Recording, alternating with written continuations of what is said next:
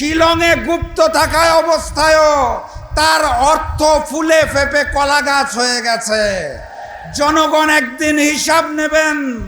ওনার বক্তব্য শুনে মনে হয় বাংলাদেশের স্বরাষ্ট্রমন্ত্রী নয়, ভারতের মুখ্যমন্ত্রী কথা বলছেন।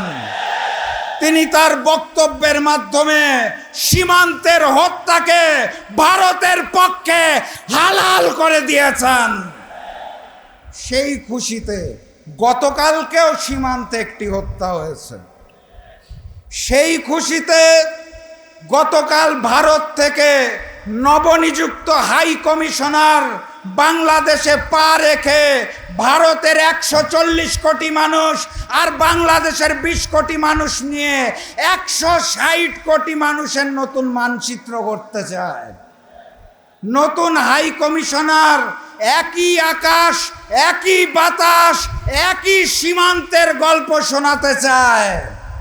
আমরা স্পষ্ট ভাষায় জানিয়ে দিতে চাই, ফ্যাসিস্ট শেখ হাসিনাকে নিয়ে ভারতের করদ রাজ্য বানানোর জন্য বাংলাদেশকে নিয়ে যে ষড়যন্ত্র করা হয়েছিল, তার ফলাফল হিসাবে শেখ হাসিনাকে দিল্লিতে পালিয়ে যেতে হয়েছে। নতুন জালেমকে নিয়ে যেই এক আকাশ, এক বাতাস, এক সীমান্তর স্বপ্ন দেখছেন, তারা ফ্যাসিস্ট শেখ হাসিনার মতো দিল্লিতে না পালালেও শিলং আর লন্ডনে পালিয়ে যাবে। ভারতীয় আধিপত্যবাদের সামনে মাথা নত হবে না। গণভোটের জনরায়ের আলোকেই জুলাই সনদ বাস্তবায়ন হতে হবে। এটা বীর চট্টলার থেকে হুঁশিয়ারি। আন্দোলনের জন্য প্রস্তুত। আজকে আমার বক্তব্যের সময় নির্ধারণ করা হয়েছে 5 মিনিট। এই 5 মিনিটে এই ঘৃণিত সরকারের কোন বিষয় নিয়ে বলবো আমি বুঝে উঠতে পারছি না। 72-এর সংবিধান, মুক্তিযুদ্ধের চেতনা বিক্রি, লুটপাট, দ্রব্যমূল্যের ঊর্ধ্বগতি, ইসলামী ব্যাংক দখল, ক্যাম্পাস দখল, ক্রিকেট বোর্ড দখল, মিডিয়া দখল, এলপিজির দাম বৃদ্ধি, জ্বালানির দাম বৃদ্ধি, বিদ্যুতের দাম বৃদ্ধি, বিনা ভোটে প্রশাসনে দলীয়করণ, নতজানু পররাষ্ট্রনীতি, রাষ্ট্রীয় মব সন্ত্রাস, আইন শৃঙ্খলা পরিস্থিতির অবনতি, খুন, ধর্ষণ, জখম, অবাস্তব উচ্চবিলাসী বাজেট,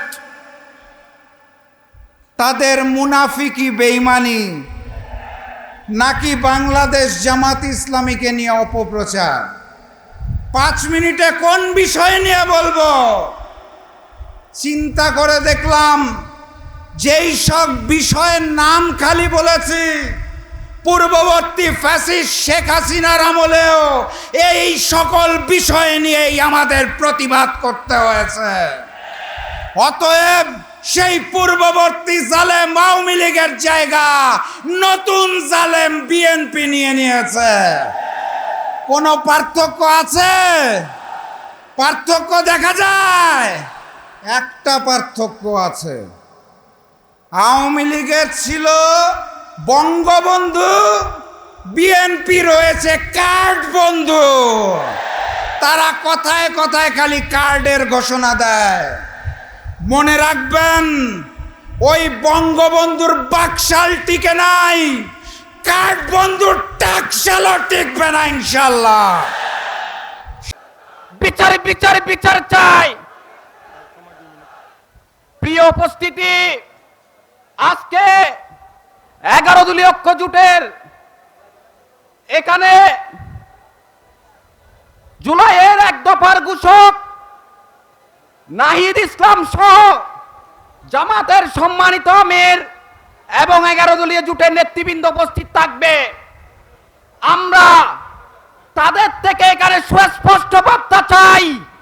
আমরা 1400 আমাদের ভাই বোনদের লাশ আমরা খবরে রেখে এসেছি।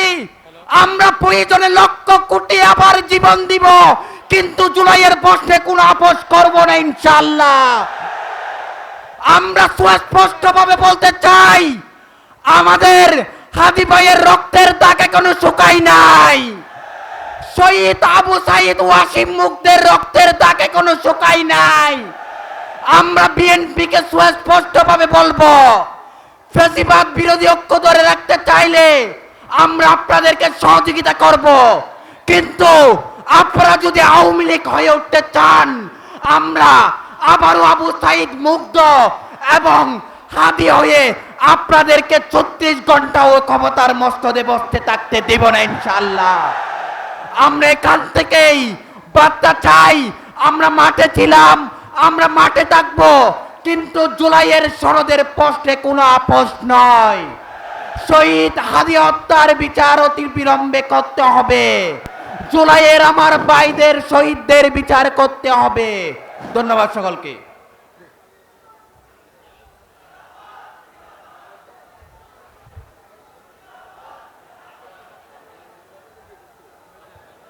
সংগ্রামী বন্ধুগণ, এখন বক্তব্য পেশ করার জন্য অনুরোধ জানাচ্ছি জনাব মোহাম্মদ মুমিনুল হক, সভাপতি, চট্টগ্রাম মহানগরী উত্তর, বাংলাদেশ ইসলামী ছাত্র শিবির।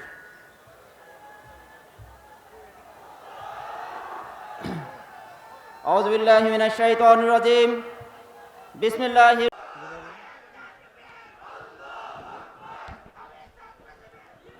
আলহামদুলিল্লাহি রাব্বিল আলামিন ওয়াসসালাতু ওয়াসসালামু আলা রাসূলিহিল আমিন ওয়া আলা আলিহি ওয়া আসহাবিহি আজমাইন। 11 দলীয় ঐক্যজোট কর্তৃক আয়োজিত চট্টগ্রামের আজকের বিভাগীয় সমাবেশে সভাপতিত্ব করছেন বাংলাদেশ জামাত ইসলামীর অ্যাসিস্ট্যান্ট সেক্রেটারি জেনারেল মাওলানা মোহাম্মদ শাহজাহান ভাই। আজকের এই প্রোগ্রামে প্রধান অতিথি হিসেবে উপস্থিত থাকবেন মানবতার মুক্তির আন্দোলন বাংলাদেশ জামাত ইসলামীর সংগ্রামী আমিরে জামাত ডাক্তার শফিকুর রহমান। উপস্থিত বিভিন্ন স্তরের নেতৃবৃন্দ, জাতির জাগ্রত বিবেক সাংবাদিক বন্ধুগণ, আইন শৃঙ্খলা নিয়োজিত সদস্যবৃন্দ, সংগ্রামী বীর চট্টলাবাসী, আসসালামু আলাইকুম ওয়া রাহমাতুল্লাহি ওয়া বারাকাতুহু। আজকের এই লালদিঘি মাঠে দাঁড়িয়ে শহীদ আল্লামা সাঈদীর কথা খুব মনে পড়ছে। শহীদ আল্লামা সাঈদী 2010 সালে বলেছিলেন আওয়ামী লীগ সরকারকে বুতে ধরেছে। আমরা আজকে দেখতে পাচ্ছি বর্তমান সরকারকেও বুতে ধরছে। যদি বুতে না ধরে 4 মাস 1 দিন চলে যাওয়া সত্ত্বেও জুলাই গণরাই নিয়ে তাদের এখনো পর্যন্ত কোনো মাথা ব্যথা দেখছি না। সংসদে তারা বিভিন্ন বিষয় নিয়ে কথা বলে, কিন্তু জুলাই নিয়ে তাদের কোনো কথা দেখতে পাচ্ছি না। আমরা দেখতে পাচ্ছি তারা বাংলা শিখছে, ইংরেজি শিখছে, উর্দু শিখছে, ফার্সি শিখছে, কিন্তু জনগণের ভাষা বুঝতে পারছে না। আমরা আহ্বান জানাই, আপনারা জনগণের ভাষা বোঝার চেষ্টা করুন, আপনারা জনগণের ভাষায় কথা বলুন। আর না হয় এই বাংলাদেশের জনগণ যেভাবে আপনাদেরকে সংসদে পাঠিয়েছে সেভাবে সংসদ থেকে নামিয়ে আনবে। সবাইকে আজকের প্রোগ্রাম সফল করার জন্য ধন্যবাদ জানিয়ে এখানে শেষ করছি। আসসালামু আলাইকুম ওয়া রাহমাতুল্লাহি ওয়া বারাকাতুহু।